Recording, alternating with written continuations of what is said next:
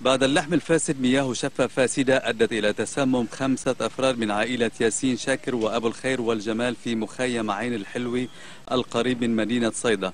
المصابون ظهرت عليهم أعراض مرضية عبارة عن ألم ودوار في الرأس مصحوبا بحالات تقيؤ وإسهال، وقد نقلوا جميعا إلى المستشفى للعلاج. أنا بلاحظ دايما لما بتشت الدنيا المي بتنزل شوي عكرة ولونها مش طبيعي، بس مضطرة أوقات إني يعني أسقي أولادي مني يعني من هاي المي، لأنه الواحد مش دايما بيقدر إنه يشتري المي.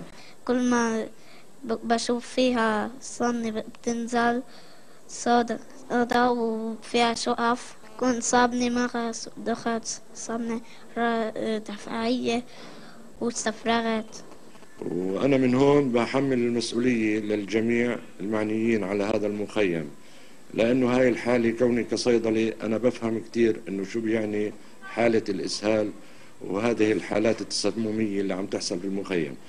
فهذا هون إهمال كبير عم يحصل مدته له سنوات، فما بحملهن المسؤولية التامة عن أولادنا وأطفالنا وأهلنا في داخل هذا المخيم والعمل الفوري، وإلا هناك راح يحصل حالات كثيرة غير عيلتي في هذا المخيم وحصلت سابقا. سبب فساد مياه الشفا في المخيم الفلسطيني هو اهتراء شبكة المياه التي يشرب منها أبناء المخيم، ما أدى إلى امتزاج المياه بمياه الطرقات والصرف الصحي.